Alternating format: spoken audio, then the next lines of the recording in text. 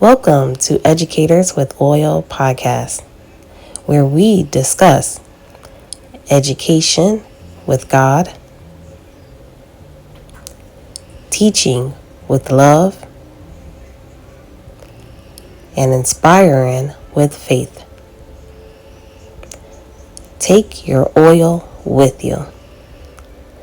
Let God guide your steps in the classroom.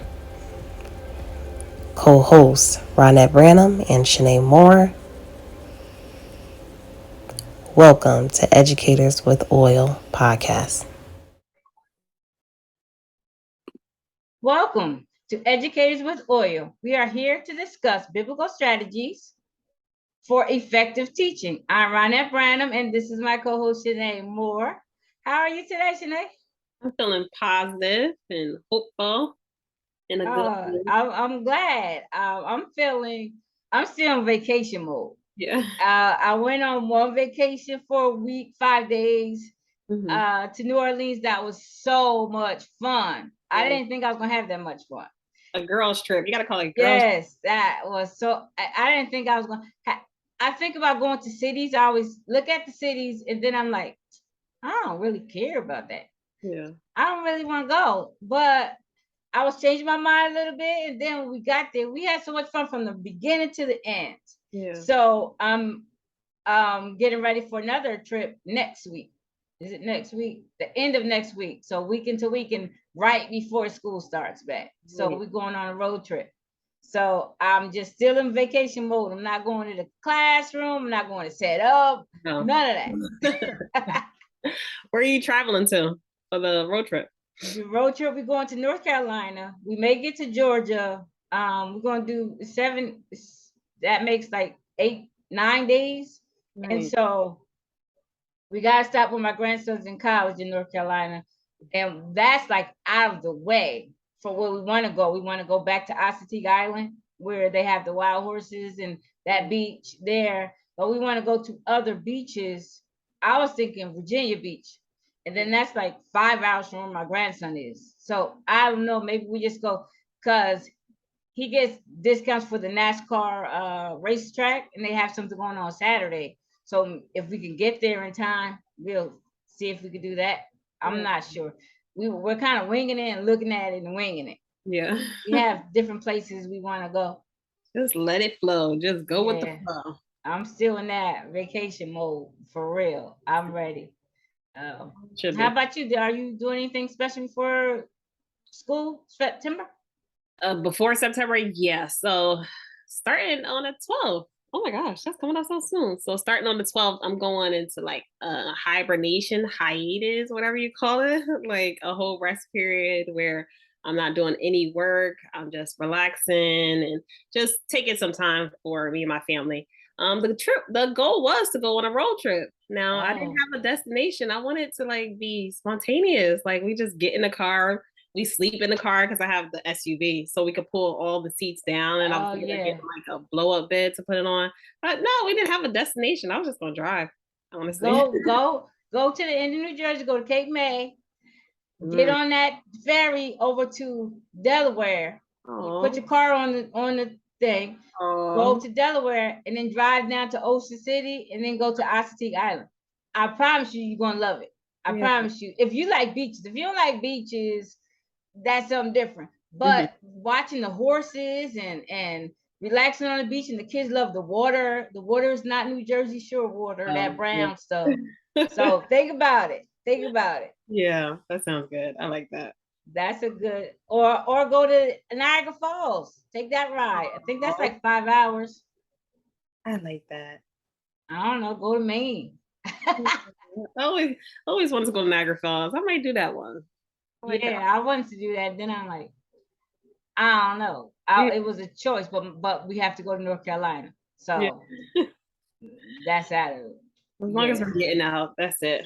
That's all that matters. Yeah, that fresh air, it does wonders. Yeah. So and then guess what? That works for our next topic. Yes.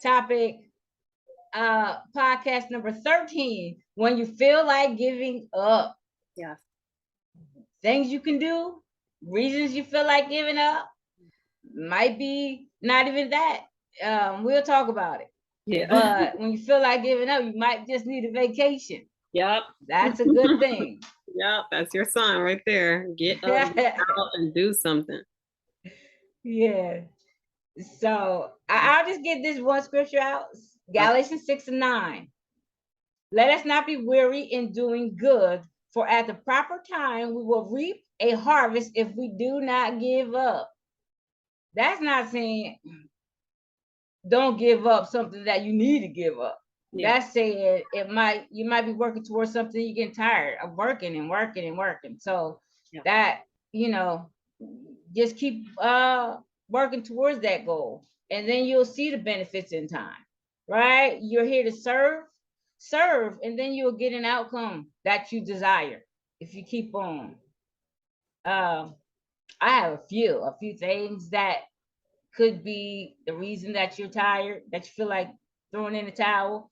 We feel like we've been working so long, doing the same thing over and over and over. You might get tired of that. Do you have anything to say? I'm gonna keep on talking. Yeah, everybody knows this, that if you waking up this morning, that God has a plan for you. So just knowing, just not giving up, knowing that there's something you're supposed to learn today, something you're supposed to do. Somebody needs you today. Somebody needs your smile and give them a hug. Somebody needs you today. So even if you don't have children, just knowing that if you're waking up every morning, God has a plan for you, and a plan and a path that will give glory to his name.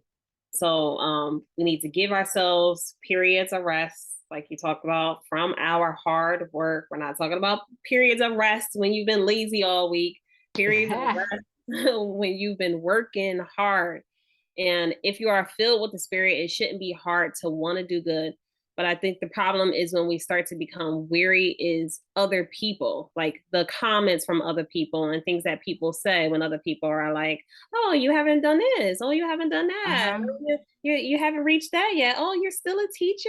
Oh, you're still doing this. Like those comments start to make you feel like weary, like you're not doing something the right way, and worry like, oh, should I be doing more, and second guessing yourself. It starts getting inside. Yeah, like not letting that get inside. Yeah. So I have 2 Chronicles 15:7. 2 Chronicles 15:7. But as for you, be strong and do not give up, for your work will be rewarded. I read that a different way. I don't know. I think that's NIV version. Yeah. And 1 Corinthians 15:58.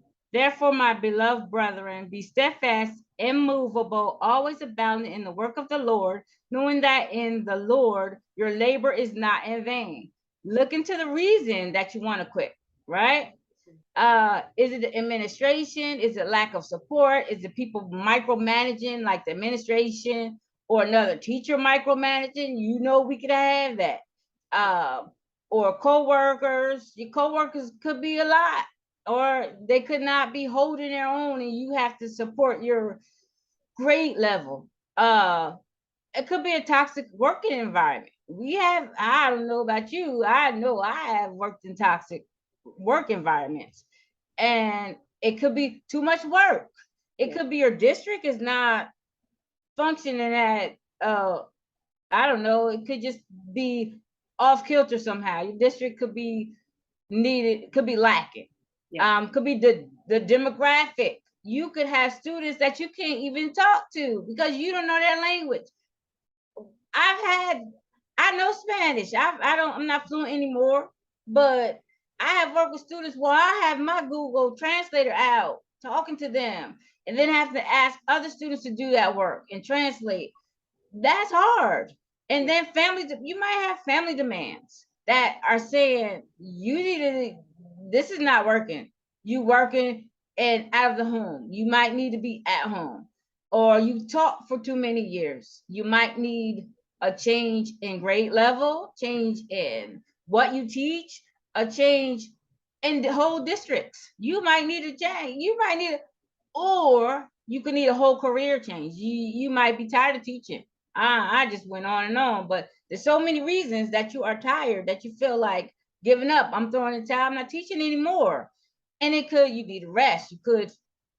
I did preschool for over 10 years. I was tired of being on that floor.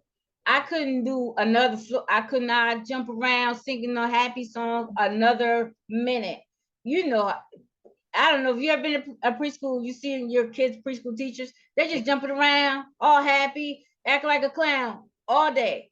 Can you imagine doing that for 10 years? Yeah.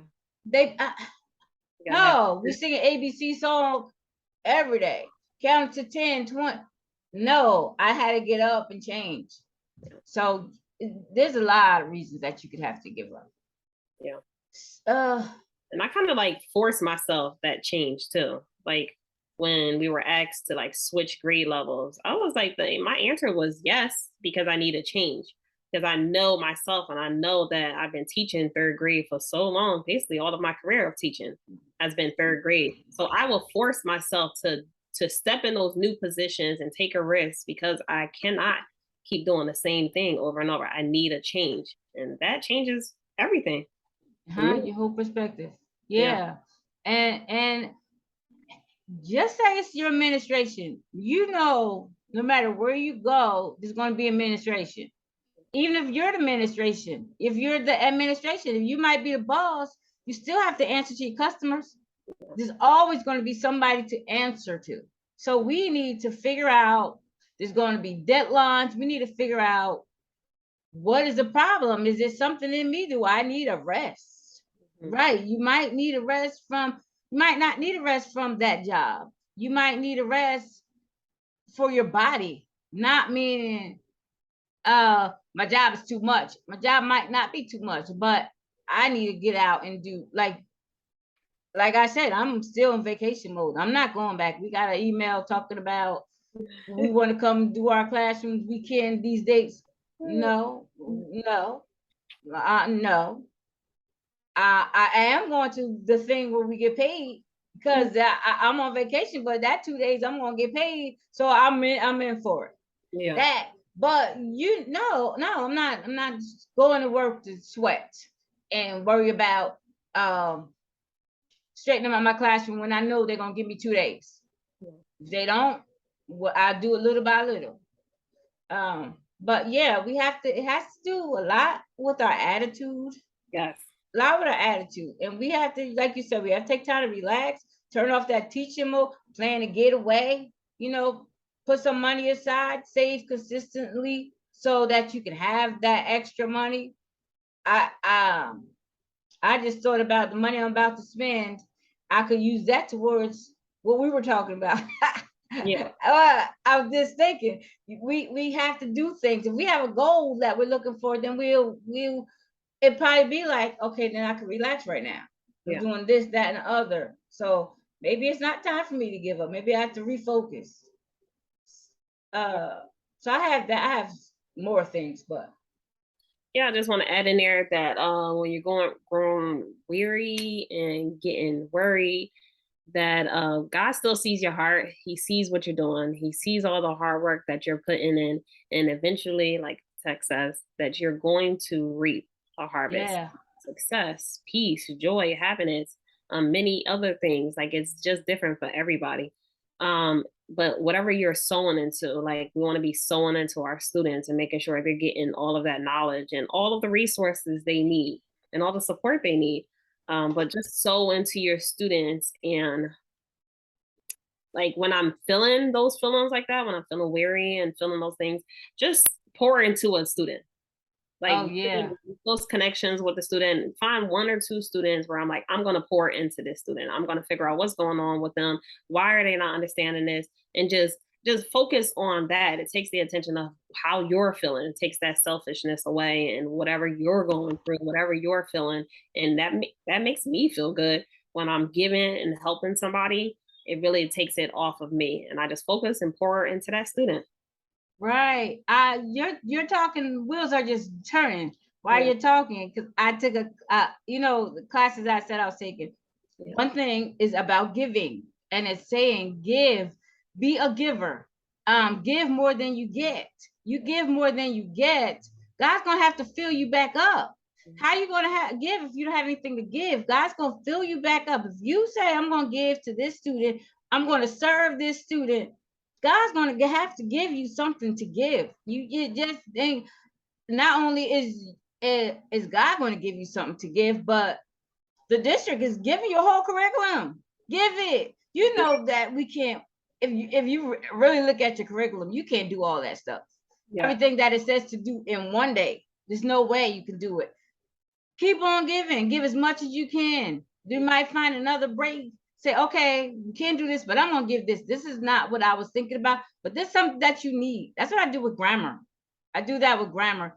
It's hard to fit grammar in, but I put that in there. I take time. We go over grammar maybe once or twice a week, so we can get that in. Second grade, we're talking about phonics, and they're learning how to read, but then they can't write a sentence correctly. Come on, we have to, what do you need for a sentence? I keep giving it to them, giving them more and more of what I can, and that's true. I'm gonna get a reward. And if I don't get the reward for that, the students getting a reward because they can write a sentence. They go to third grade. Their teacher is like, he's writing sentences. I don't have to work on that. They know you need a subject and a predicate. Yeah. What? Who taught you that? Mm-hmm. Everybody's gonna be rewarded because of that, especially if you're a teacher. Yeah. You know, it's going to be carried on from year to year to year, and the teachers can build upon it. So yeah, I think that's when you say you're going to give more, yeah. And I look at it as giving more of that education. Yeah. You could mean giving more of yourself, giving more time, whatever. They need something, but be a giver. Then I think we won't be so weary, because the Bible says, do not be weary. How do you not be weary? Because he says, do not be weary, because you're going to reap the benefits in due time, whatever that time is. You think it's tomorrow, and it's not. So I think I'd rather follow what the Bible says than what my friend says. You've been teaching all these years, and what? You know, come on now. But no, God says you're going to reap a reward. Yes. So I'd rather do what God says. Always. And I just have 1 Corinthians 12:6, and I should read it. 1 Corinthians chapter 12, verse 6 says, there are different kinds of working, but in all of them and in everyone, it is the same God at work. So we all have a different job, but we all work together for God's purpose. So keeping that in mind when you're in the classroom, we all have different roles. We all have different parts, and your job is to support the students, educate the students, and help the students. And we all have this job, have different jobs, but our purpose is to give God the glory and carry out his purpose. And that's different for everybody. Right. And as we all have different jobs, if your job is a teacher, you teach. Yeah. So be happy in that you're working in the vocation where you're called, because I don't know. I know they say there's a teacher shortage, but there are many jobs where people have applied and they got the runaround. They weren't able to teach in their profession. So I know we still need a lot of teachers, but at the same time, I remember when I was looking for a job, changing from one thing to the next, that was hard. I had to sub in order to get, recognized, because people look at your resume to get you in, but they already have somebody they want to get a job to. So you have to be that person they want to give the job to, no matter what. So you're teaching you're working in your profession. That's like something awesome. I mean, you want to be tired of doing what you were born to do.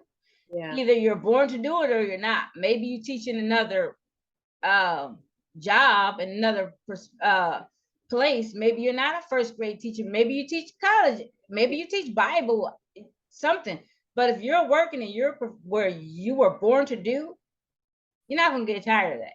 That is if you get tired of it, it's because you got stale. You didn't add anything new. You didn't look for something new. That might be just my opinion, but you might need to change what you're teaching. Yeah. Not give up teaching. No, and that's why we do SGOs in the beginning of the school year. We should have different goals. It shouldn't be the same goal every year. Right. That was just goals. Make sure you're challenging yourself and coming up with something new for this year that I'm going to focus on. Yeah. Then you won't get tired. And then you look back at that goal. Because we don't look back at those SGOs. We forgot what it said. We don't look, but go back and look. See if you're on track. If you got, matter of fact, when you do your SGOs, your what is it called? What does the SGO stand for? I don't keep saying goal. What does SGO stand for? Objective. Standard growth objective? I don't know. Goals and objectives. Let's just say goals and objectives. I shouldn't even ask that question because I shouldn't ask that question. But yeah, we have to look. We have to go back and look and see what our goals are, what our objectives are. Student growth objectives. Yes, student growth objectives. What do we want to do? Go back to that vision board, write that, and then put it big somewhere in the classroom. Then you won't have to keep looking. Or print out just your goals and objectives, your growth objectives, where you want your students to be. Or then we have the other plan of our personal plan. Yeah. This is what I want to do this year. This is what I want to work on it. And we sign off on that. Our principals sign off on that. Go back and look at it. That's part of your vision board. Go back and look at it and say, am I actually working toward this? Or is this something that I had to write? Yeah. And then you keep that stuff in your mind. It will give you a new perspective, a new way of looking at things and saying, I'm working on this specific goal for myself, for my students, adding to it every week. And if I get off track, go back and look and see what should I be doing? And then you'll feel better because you're actually working toward a goal and you're going to reap the benefits of that goal. You have to, because since having a goal, you're not going to reap the benefits of growing students, of a better person. You're a better teacher, all of that. So we have to think about, or again, you might not be a teacher. You might have thought I wanted to be a teacher because you get how many days off we get a year? A whole lot. Yeah, a lot. We get a whole lot every holiday. Then we get the 2 months in the summer. Yeah. That sounds great, but we need it.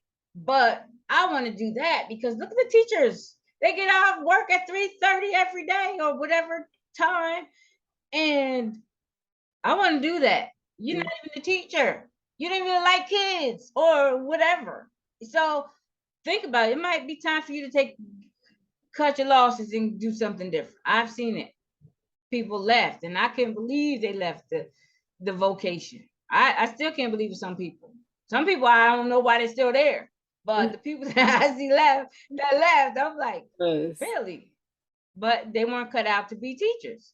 Yeah. Or they just started it for the wrong reasons. Like you said, started it because they wanted the summer breaks and stuff. So you got to constantly analyze as to why you're doing this. What is the reason you're what do they call it? Like when we start teaching in the beginning, we call it something where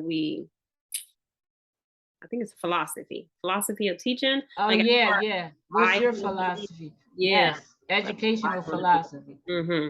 Mm-hmm. So going back to that, maybe going back to your first year of teaching and figuring out why did you want to go into the profession? Maybe it was for the wrong reasons. Yeah, right. I've been a teacher all my life. I remember I was working in a factory. If I learned something new, I was teaching somebody about it.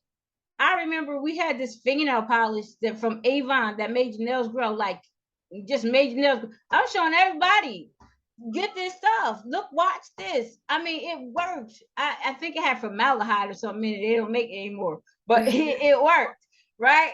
So I was just telling everybody, if I learned anything, this what I did. And I was teaching Bible study. I was teaching children's church. I was doing all that. So, oh, okay.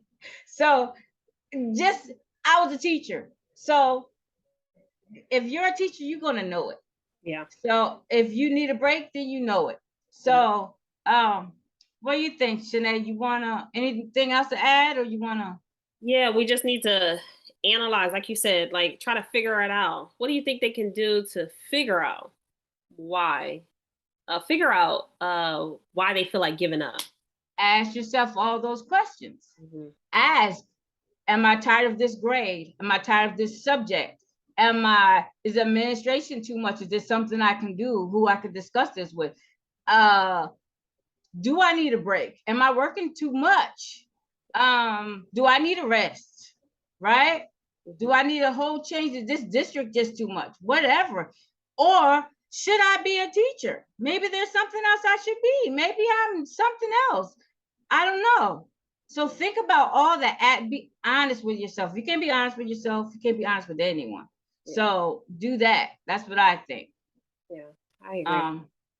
All right, so we'll stop right there. Definitely we'll add more information on our Facebook page, so be sure to like our Facebook page.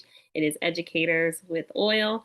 You can send us a question, comment, anything to our email, educatorswithoil@gmail.com. And don't forget to like, share, and subscribe to our YouTube channel. Thank you so much for joining us today, and we will see you on our next episode. Thank you. Have a good day.